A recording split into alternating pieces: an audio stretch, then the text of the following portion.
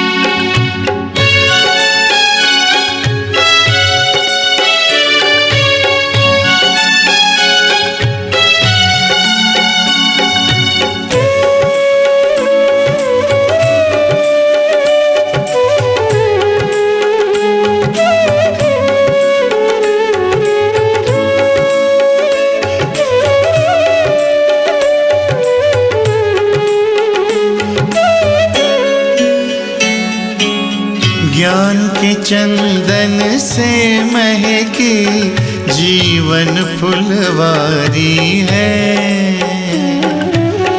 ज्ञान के चंदन से महकी जीवन फुलवारी है। आपकी शिक्षाएं बाबा हमको लगती प्यारी है, लगती प्यारी है। ज्ञान के चंदन से महकी जीवन फुलवारी है। ज्ञान के चंदन से महकी जीवन फुलवारी है।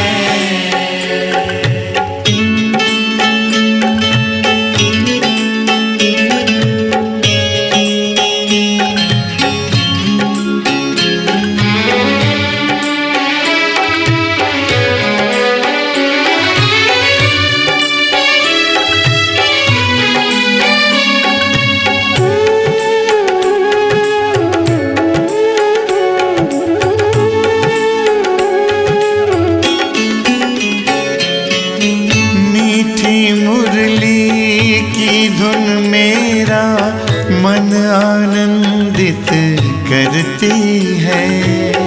पावनता की खुशबू मन को सुख शांति से भरती है।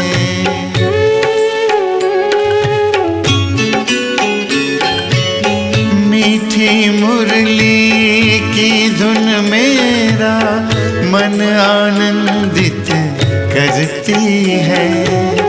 पावनता की खुशबू मन को सुख शांति से भरती है।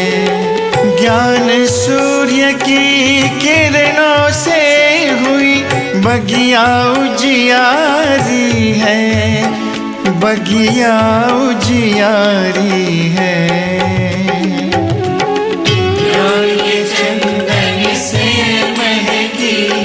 जीवन फुलवारी है।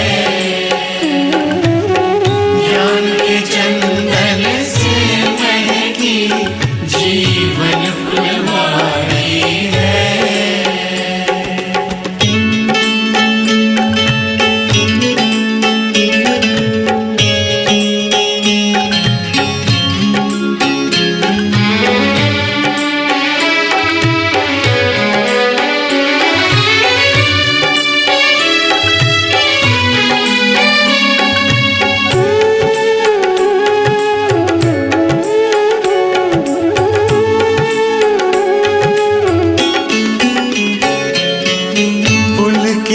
पुलकित हो गया दिल आपसे जब हम मिले।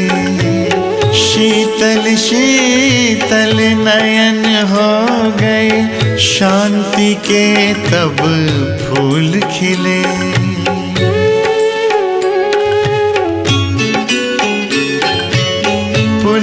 पुलकित पुलकित हो गया दिल आपसे जब हम मिले।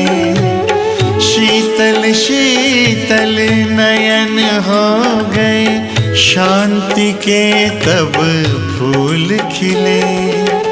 गुण शक्ति की बेल लताएं प्यार से सींची क्यारी है, प्यार से सींची क्यारी है।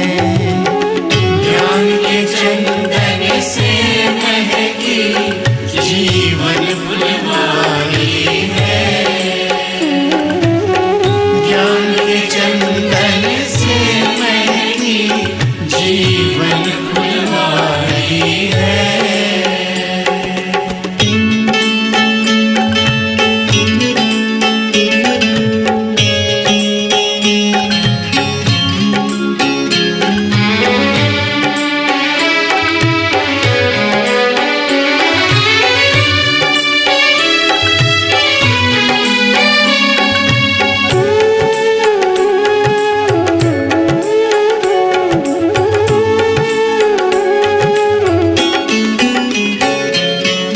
प्रभु की याद बहार बनकर अब श्वासों में बहती है।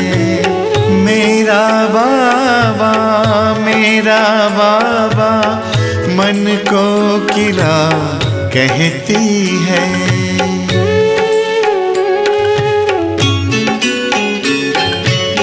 प्रभु की याद बहार बनकर अब श्वासों में बहती है। मेरा बाबा मन को किला कहती है। बाबा माली बना हमारा जिंदगी हुई न्यारी है, जिंदगी हुई न्यारी है। ज्ञान के चंदन से महकी जीवन फुलवारी है। ज्ञान के चंदन से महकी जीवन फुलवारी है। आपकी शिक्षाएं बाबा हमको लगती प्यारी है, लगती प्यारी है। ज्ञान के चंदन से महकी जीवन फुलवारी है। ज्ञान के चंदन से महकी जीवन फुलवारी है, जीवन फुलवारी है, जीवन फुलवारी है।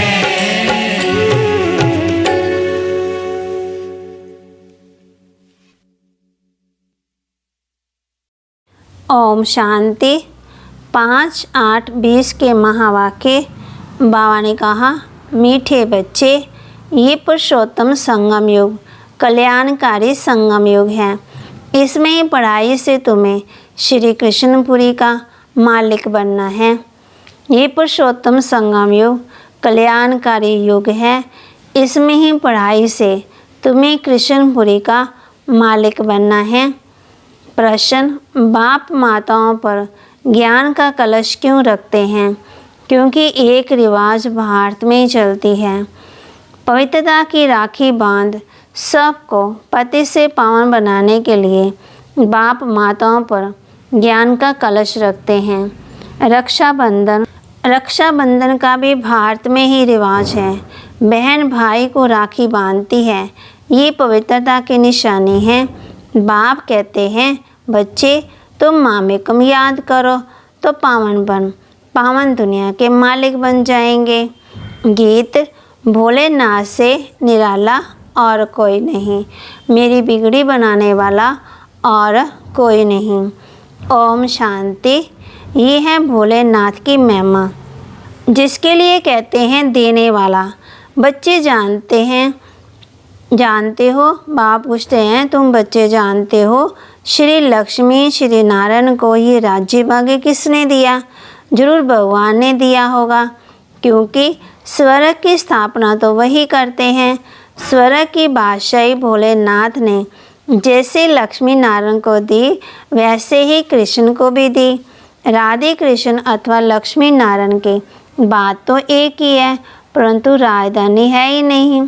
उनको सिवाय परमपिता परमात्मा के कोई राज्य दे नहीं सकता है। बाबा हम बच्चों को समझा रहे हैं, उनका जन्म स्वर्ग में ही कहेंगे, ये तुम बच्चे ही जानते हो। तुम बच्चे ही जन्माष्टमी पर समझाएंगे। श्री कृष्ण की जन्माष्टमी है तो राधे की भी होनी चाहिए, क्योंकि दोनों स्वर्ग के वासी थे। बाबा कहते राधे कृष्ण ही स्वयंवर के बाद श्री लक्ष्मी श्री नारायण बनते। मुख्य बात कि उनको ये राज्य किसने दिया है, ये राजयोग कब और किसने सिखाया? स्वर्ग में तो नहीं सिखाया होगा, सतयुग में तो वह है ही उत्तम पुरुष। कलयुग के बाद होते हैं सतयुग, तो जरूर कलयुग अंत में राजयोग सीखे होंगे, जो फिर नए जन्म में राजाई प्राप्त की। पुरानी दुनिया से नई पावन दुनिया बनती है, जरूर पतित पावन ही आया होगा। अब संगम युग पर कौन सा धर्म होता है ये किसी को पता ही नहीं है। बाबा कहते पुरानी दुनिया और नई दुनिया का यह है पुरुषोत्तम संगम युग जो गाया हुआ है। ये लक्ष्मी नारायण है नई दुनिया के मालिक। इन्हों की आत्मा को आगे जन्म में परमपिता परमात्मा ने राजयोग सिखाया, जिस पुरुषार्थ की प्रारंभ फिर से नए जन्म में मिलती है। इनका नाम ही है कल्याणकारी पुरुषोत्तम संगम युग। जरूर बहुत जन्मों के अंत के जन्म में ही इन्हों को कोई ने राजयोग सिखाया होगा। कलयुग में अनेक धर्म, सतयुग में था एक ही देवी देवता धर्म।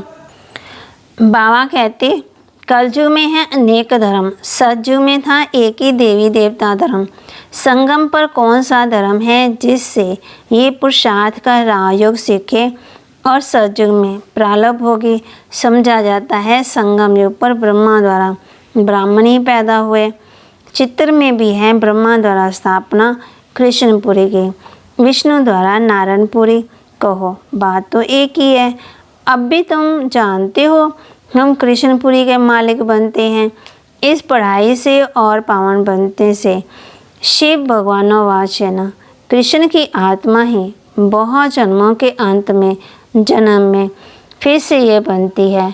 84 जन्म लेते हैं ना, ये है 84वां जन्म। इनका ही फिर ब्रह्मा नाम रखते, नहीं तो फिर ब्रह्मा कहाँ से आए? जैसे बाबा ने कल की मुरली में क्लियर बताया ना, ब्रह्मा से विष्णु, विष्णु सो ब्रह्मा। ईश्वर ने रचना रची तो ब्रह्मा विष्णु शंकर कहाँ से आए? कैसे रचा? क्या शिव मंत्र किया जो पैदा हो गए? बाप ही उन्हों की हिस्ट्री बताते, अडॉप्ट किया जाता है तो नाम बदलते हैं। ब्रह्मा नाम तो नहीं था ना, कहते हैं बहुत जन्मों के अंत में तो जरूर पतित मनुष्य हुआ। ब्रह्मा कहाँ से आया किसी को पता ही नहीं है। बहुत जन्मों के अंत में जन्म हुआ ना, तो वो तो लक्ष्मी नारायण ने ही बहुत जन्म लिए। नाम रूप देश काल बदलता जाता है। कृष्ण के चित्र में 84 जन्मों की कहानी क्लियर लिखी हुई है। जन्माष्टमी पर कृष्ण के चित्र भी बहुत बिकते होंगे, क्योंकि कृष्ण के मंदिर में तो सब जाएंगे ना, राधे कृष्ण के मंदिर में ही जाते हैं। कृष्ण के साथ राधे जरूर होगी। राधे कृष्ण प्रिंस प्रिंसेस ही लक्ष्मी नारायण बनते, लक्ष्मी नारायण महाराजा महारानी बनते। उन्हों के ही 84 जन्म हुए हैं। फिर अंत में जन्म में ब्रह्मा सरस्वती बने। देखो बाबा हम बच्चों को कितना क्लियर कर समझाते हैं। बहुत जन्मों के अंत में बाप ने प्रवेश किया और इनको ही कहते हैं तुम अपने जन्मों को नहीं जानते हो। मतलब ब्रह्मा बाबा की बात चल रही है ना। बाबा कहते तुम पहले जन्म में लक्ष्मी नारायण थे, फिर ये जन्म लिया, उन्होंने अर्जुन का नाम कह दिया है। अर्जुन को राजयोग सिखाया, अर्जुन को अलग कर दिया, परंतु उनका नाम अर्जुन है ही नहीं। ब्रह्मा का जीवन चरित्र चाहिए ना, परंतु ब्रह्मा और ब्राह्मण का वर्णन कहाँ भी है नहीं। ये बातें बाप बैठ समझाते हैं। सब बच्चे सुनेंगे, फिर बच्चे औरों को समझाएंगे। कथा सुनकर फिर औरों को बैठ सुनाते।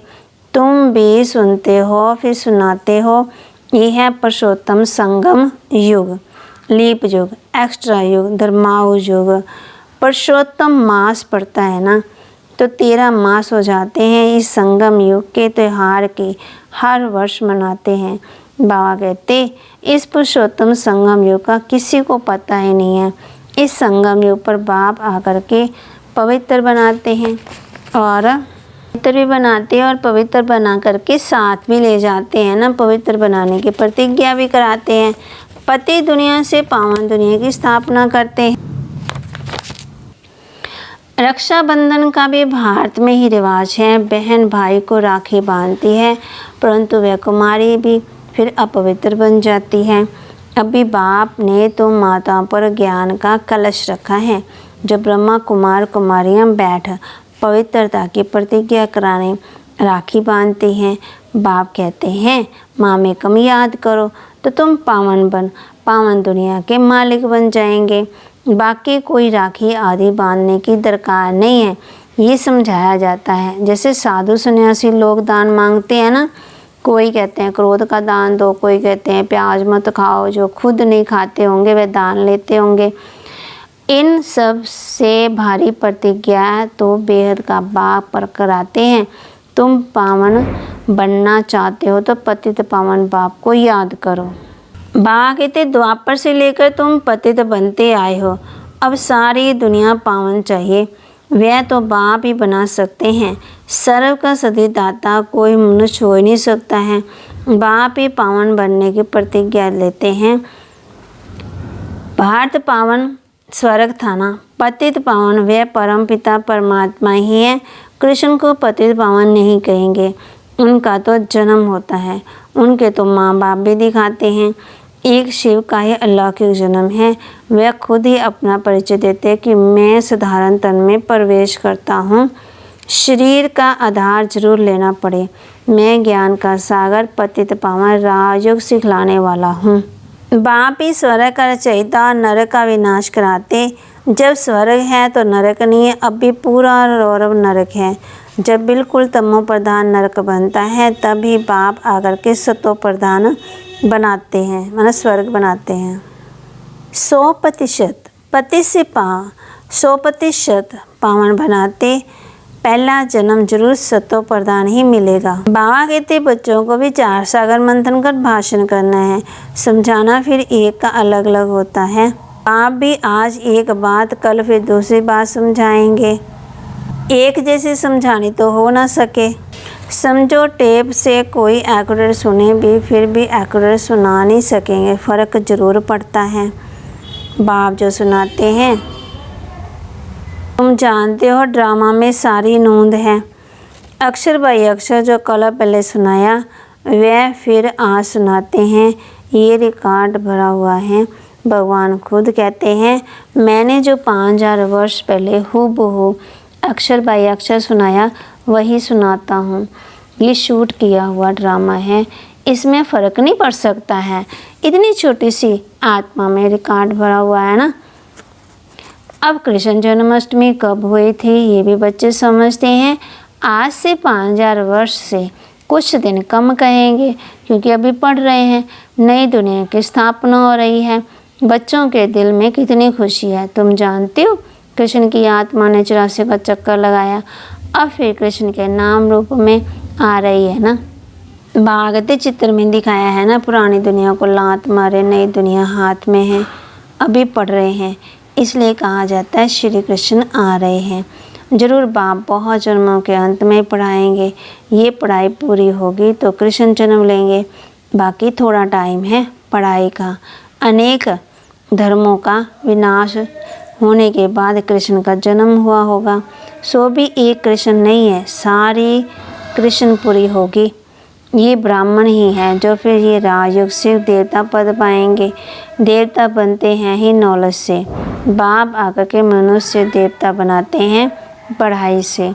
ये पाठशाला है, इसमें सबसे ज़्यादा टाइम लगता है। पढ़ाई तो सहज है, बाकी योग में मेहनत है। तुम बता सकते हो कृष्ण की आत्मा अब राजयोग सीख रही है परमपिता परमात्मा द्वारा, शिव बाबा ब्रह्मा द्वारा हम आत्मा को पढ़ा रहे हैं विष्णुपुरी का राज्य देने। हम प्रजापिता ब्रह्मा के बच्चे ब्राह्मण ब्राह्मणियाँ हैं। ये है संगम युग। ये बहुत छोटा सा युग है। चोटी सबसे छोटी होती है, फिर उनसे बड़ा मुख, उनसे बड़ी बाहें, उनसे बड़ा पेट, उनसे बड़ी टांगे विराट रूप में दिखाते हैं ना, परंतु उसकी समझाने कोई नहीं देते। तुम बच्चों को ये 84 जन्मों के चक्कर का राज समझाना है। शिव जयंती के बाद है कृष्ण जयंती। तुम बच्चों के लिए है संगम युग, तुम्हारे लिए कल जो पूरा हो गया। बाप कहते हैं मीठे बच्चों, अब मैं आया हूँ तुमको सुखधाम शांति धाम में ले जाने के लिए। तुम सुखधाम के रहवासी थे, फिर दुखधाम में आए। पुकारते हो बाबा आओ। इस पुरानी दुनिया में पुरानी बाबा कहते तुम्हारी दुनिया तो है ही नहीं है, अभी तुम क्या कर रहे हो? योग बल से अपनी दुनिया स्थापन कर रहे हो। कहा भी जाता अहिंसा परमो देवी देवता धर्म। तुमको अहिंसक बनना है, ना काम खटारी चलानी है, ना लड़ना झगड़ना है। बाप कहते मैं हर 5000 वर्ष के बाद आता हूँ, लाखों वर्ष की बात ही नहीं है। बाप कहते यज्ञ तप दान पुण्य आदि करते तुम नीचे उतर गिरते आए हो। ज्ञान से ही सदगति होती। मनुष्य तो कुंभकर्ण की नींद में सोए पड़े हैं, जो जागते ही नहीं जगते ही नहीं है। इसलिए बाप कहते मैं कलब आता हूँ। मेरा भी ड्रामा में पार्ट है, पार्ट बिगड़ तो मैं कुछ कर ही नहीं सकता हूँ। मैं भी ड्रामा के बंधन में हूँ, पूरे टाइम पर आता हूँ। ड्रामा के प्लान अनुसार मैं तुम बच्चों को वापस ले जाता हूँ। अब कहता हूँ मन मना भव।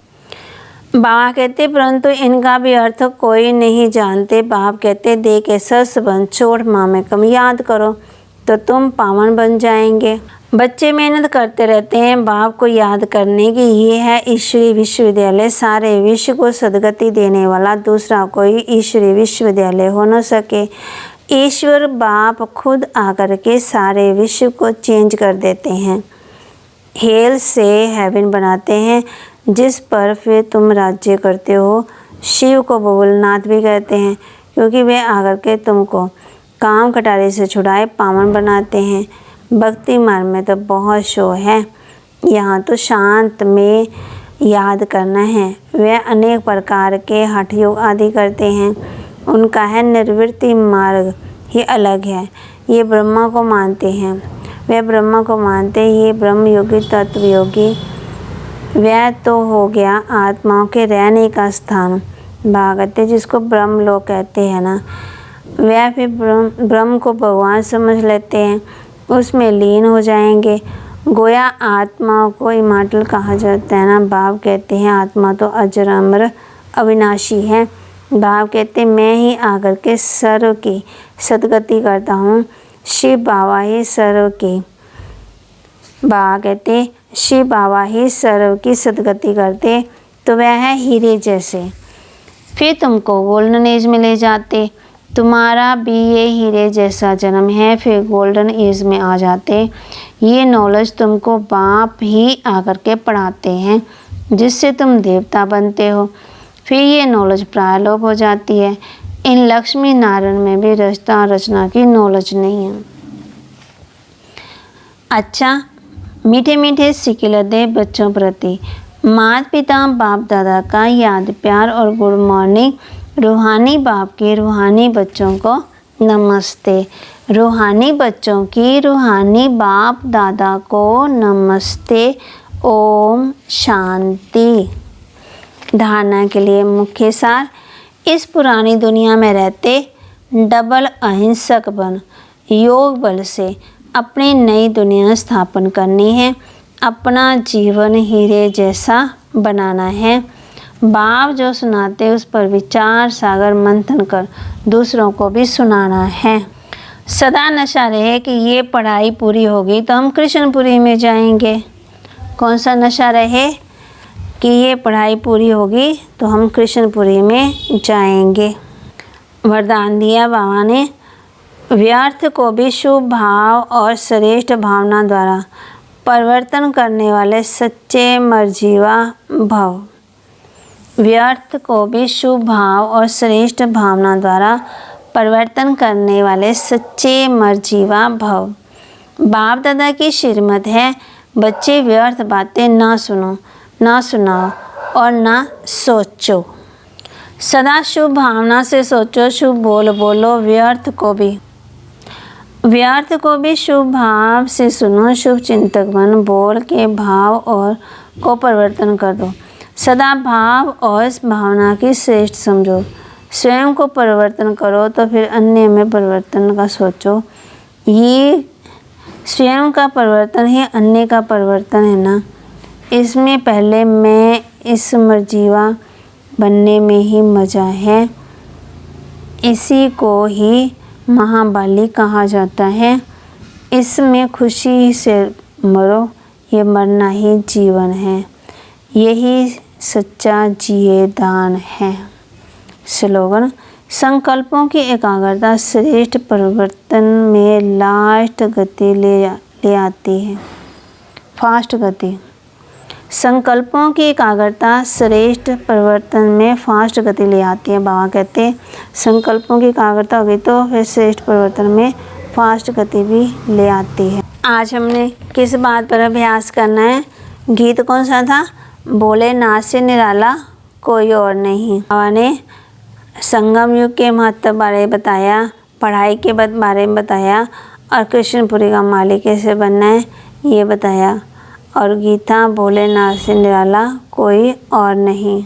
आज बाबा ने श्री कृष्ण जी के बारे में बताया, लक्ष्मी नारायण के बारे में बताया, पढ़ाई के बारे में बताया, पावन बनने के बताया। बाबा कहती है बहुत जन्म के अंत में जरूर पतित मनुष्य हुआ होगा ना।